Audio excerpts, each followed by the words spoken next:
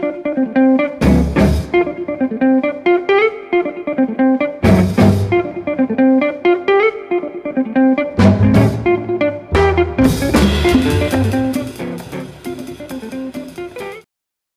have chosen the mobile gaming market for two main reasons. First of all, Italy is one of the largest mobile phone country with over 100% penetration. And point two, in the last 2 years, 10 startups and hundreds garage developers were born thanks to mobile application store freedom. A digital revolution is occurring. The non-physical platforms are changing dramatically the way we create and we deliver the services. Video games publisher, but at the same way, content producer involved in the music, books, radio industry are competing not just each other, but with a complex digital ecosystem.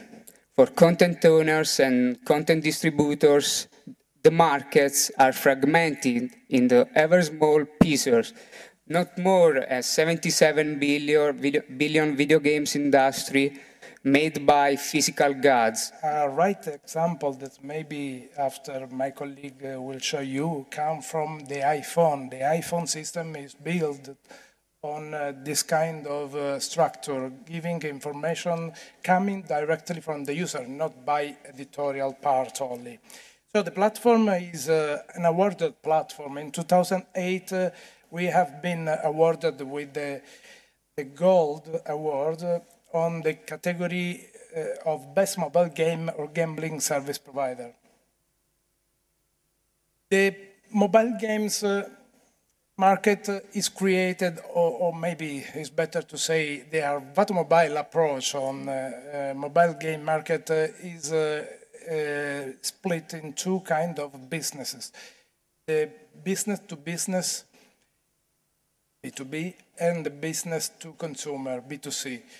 The business to business is the core of our job, as we work strictly connected with all the mobile operators at global level. So you can see some case history like Zain, the Middle East and North African mobile operator, or Vodafone, or T-Mobile, Orange, and TIM. I am here today to speak about the iOS platform game market and about the Italian situation in particular. iPhoneitalia.com was created in 2007 when the iPhone was only a phone and no one had ever heard about App Store. Then in 2008, the Great Revolution began. Apple officially launched its App Store, a virtual store where millions of users worldwide can buy and download applications and games with just a few clicks. Immediately, it became clear that App Store would become the innovation that changed how software distribution was intended. Programming apps and games for iPhone is an extraordinary occasion to broaden and improve my developer skills.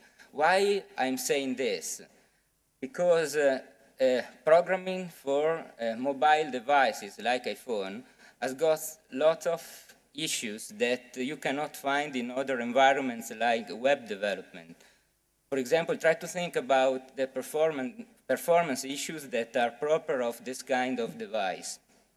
So that's why I say broaden, because these are new challenges that, like a developer, I like to solve and I like to face up to in my daily work.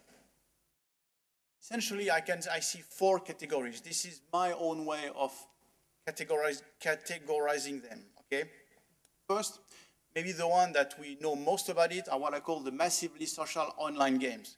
Examples are Pet Society, Farmville, those kind of games. Now, those games are completely different from what you are used to, because the player objectives in those games is very different from what we're used to. Traditional games, there's always an objective of winning, of going up of beating your own score, of going at the leaderboard. In massively social games, No. The main objective of those games are to be support for interpersonal relationship.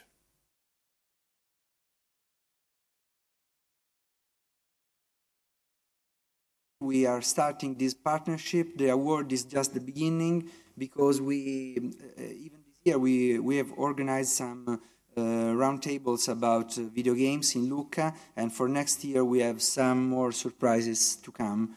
The strategic partnership with Lucca is not the only one, because as I was saying yesterday, we are also working with the Cartoons on the Bay Festival, organized by RAI, the Italian public television, the first cross-media festival in Italy, one of the most important in Europe, with a lot of operators from TV, animation and games, and is organized by RAI, and the new artistic director in the last 3 years is Roberto Genovesi.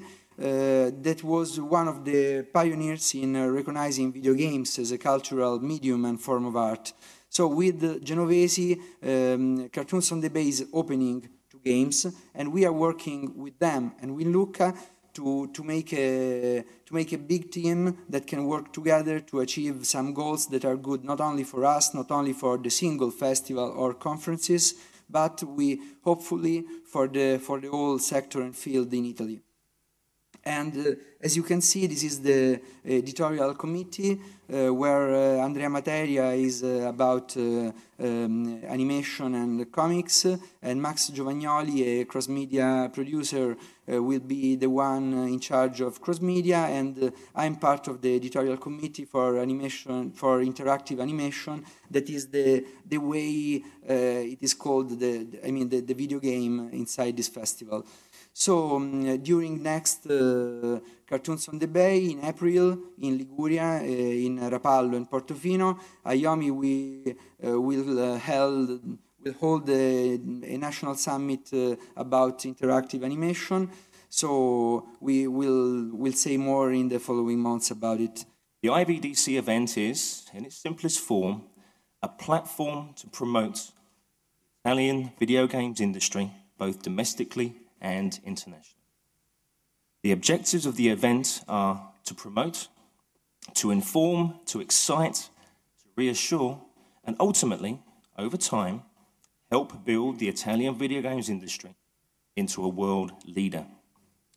The IVDC event must be a showcase for every facet of the Italian video game industry and must begin the process of a meaningful dialogue between Italy and the world.